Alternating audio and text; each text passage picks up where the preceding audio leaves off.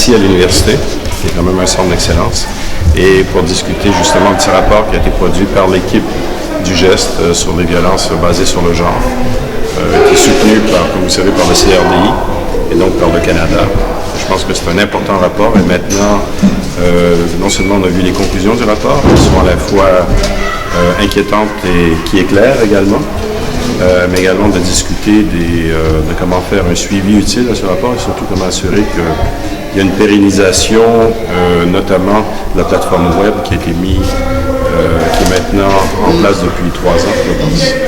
Et comment s'assurer que ça soit non seulement pérennisé, mais mieux utilisé par les différents acteurs qui sont impliqués. C'était un atelier de présentation du rapport de recherche que nous avons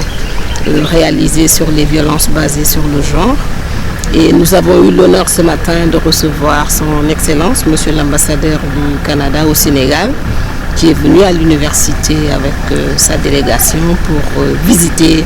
l'université, visiter le geste et le projet qu'ils ont subventionné depuis l'année dernière pour l'équipe de recherche genre et société. Ça, je pense que c'est le même, on l'a dit dans la présentation des résultats et aussi dans les échanges. Les violences basées sur le genre sont des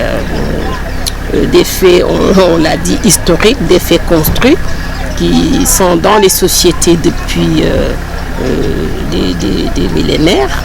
Mais la tournure que ces questions de violence prennent justement, c'est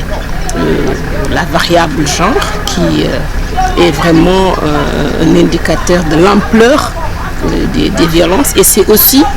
les lieux de production de violence parce que c'est une étude qui s'est intéressée aux violences dans l'espace domestique mais aussi les violences dans l'espace professionnel comme aussi les violences dans les milieux de formation. Et je pense que ce qui était intéressant aujourd'hui, c'était le partage avec les acteurs. Parce que nous sommes des chercheurs, d'accord, nous sommes des chercheurs citoyens, comme nous le disons, mais ceux qui sont sur le terrain et travaillent avec les communautés sur ces questions, c'est les organisations comme le comité de lutte contre les violences basées sur le genre ou l'association des journalistes. Et nous avons partagé avec eux donc les résultats et surtout la plateforme web SMS que nous avons mis en place, qui est un outil quand même d'information, de sensibilisation et surtout de prévention des violences basées sur le genre.